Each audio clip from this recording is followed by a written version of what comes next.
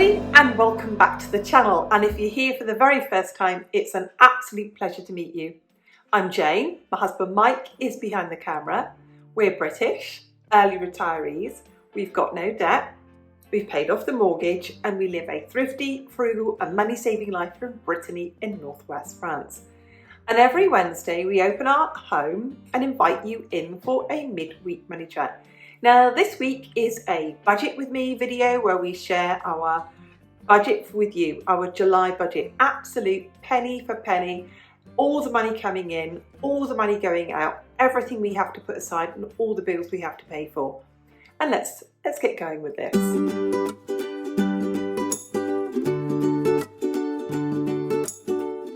Before I get into sharing the actual budget with you, what I want to do to begin with is talk about our income. Our income is made up of 2 pensions, which come from our jobs in the UK. Not our social security payments, not our taxes in the UK, but from our jobs. In the UK, we call those a private pension. And we took those as reduced amounts at 55 years old. So our income comes from those 2 private pensions, which are taxed in the UK. They are not taxed here in France. And our income from YouTube, which is taxed here in France. And that combined amount for July is €2,973, which is the equivalent to $3,199 US dollars.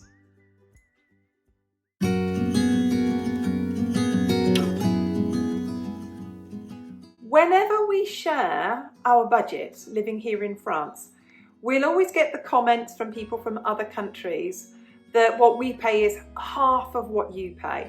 And I'm going to give you now a median net salary comparison, US dollar for US dollar. Okay, let me explain to you. The French median net income, so that's the after tax and deductions have all gone, is €1,940, which would be equivalent to 2,088 US dollars. When I did my research and I cross-referenced it across many different sites, it gave me this figure of a USA median net income. So that's an after-tax monthly income. And don't forget, that will mean 50% of people will earn more than this and 50% of people in the US will earn less than this.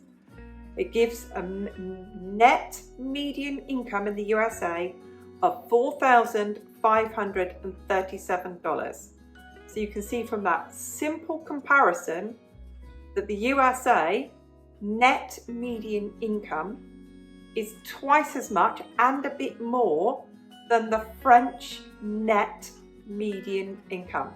And we share that with you because I don't want you thinking that everyone is living here on the cheap.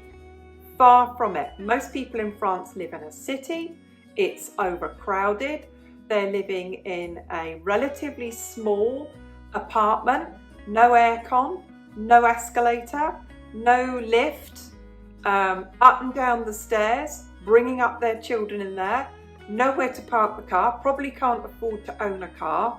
That's quite normal in a French city, really normal for these people. So it's not cheap for them. It's okay for us. Our income this month is €177 above minimum wage. And we're okay because, like I say in every video, we have no debt and we've paid off our mortgage. So we are admittedly much better off than many people living on minimum wage or a similar income here in France. And like I said to you, as direct comparison there, the net median income in the USA is slightly more than twice that of the net median income here in France. I'm going to go through each screen quite quickly. If you want to read it in detail or have a look at it, just press pause and read it at your leisure. Our July income is €2,932. That's a much better month than average. So we've saved 20% into long-term savings is €583. On a good month, we save 20%. On a bad month or an average month, we save 10%. Our car savings for our new to us car that we will buy at some stage in the future, we put away $200 a month. That also goes on top of and into our long-term savings account. Then we have our short-term savings. We call them our sinking funds. You might call them the annual bills. And we have the totals. We then divide those totals by 12. And that total is €680 a month. We need to save 50 a month for clothes, 60 a month for Christmas and birthday gifts and other gifts like Mother's Day and Father's Day. We save 140 a month for a trip to see the family in the UK, and that total amount pays for our ferry, our Airbnb and any spending money when we get there. Our property tax, we save 70 a month. Water, we save 25 a month. Refuse, trash and recycling, we save 20 a month. Heating and wood. Our house is only heated by wood. We don't have any other heating in the house at all. And that is 60 a month. We save that each month to buy the wood once a year. Then we put aside 50 a month in case the dogs need the vets. We put 50 a month aside for the dogs because they need to be groomed. They need their hair to be cut. We save 45 a month towards car maintenance. 25 a month we save towards new car tyres. We save 30 a month towards plants for the garden. And we save 20 a month for our business tax. And when we've got enough money for all of these each year, we pay each of those bills annually. Okay, here's the living expenses for the month of July, and the total of this is $1,245. We have fuel for the car is 80. The garden machinery fuel for the chainsaws, for the mini garden tractor, the lawnmower, those things, 50. The supermarket is 400. That's for all food, all drink, all toiletries, all cleaning products, all bathroom tissues, everything, 400 a month. We have one mobile phone, costs €10 a month. We have another mobile phone, and the company who supply that also provides our second internet package, and the phone and internet together is 51. We then have Orange, who provide our TV, home phone and internet. And so we have two internet sources. We have that if one fades out, one isn't very good, we can use the other one because we work online. And that is 26 a month. We then have our bank charges. We have 4 bank accounts, and that is €12. There is no such thing in France as free banking. Nobody's got any credit cards. People aren't running up overdrafts. Not many people have any debts at all. It's not a thing in France. So the banks, to make money, charge people to have a bank account. Then we have Électricité de France, which is our electricity provider, and that's €108 a month.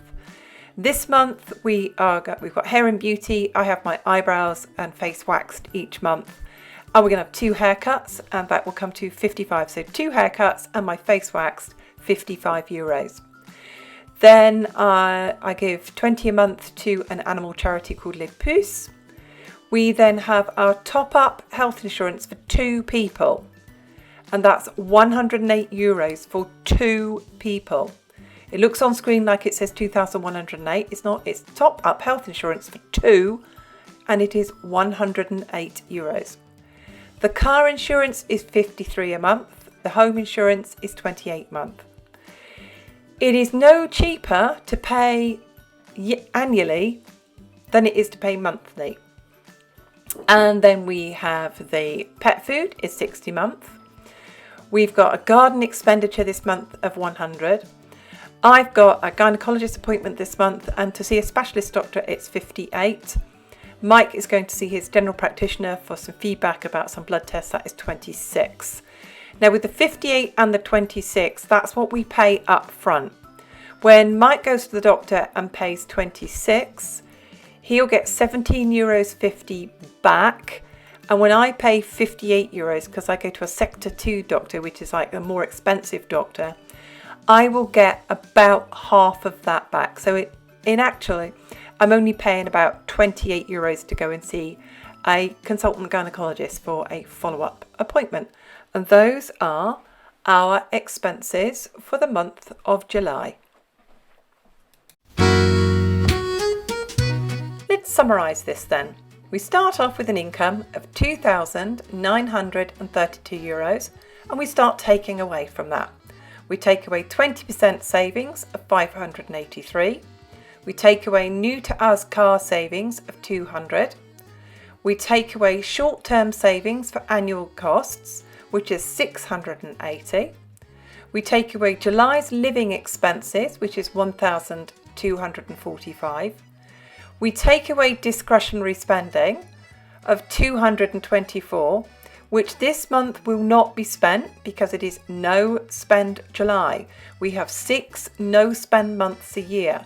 And what we do with that discretionary spending is we leave it in our current account. It creates a slush fund. It creates a buffer. So if we take those figures away, we are left with the balance of 0.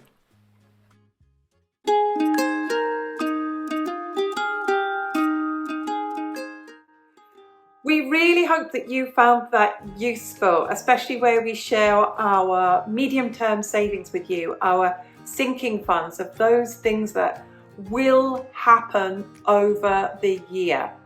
We hope that you found it useful. We hope that you found it interesting. And if you did, we ask you to do one thing, and that's to hit the like button.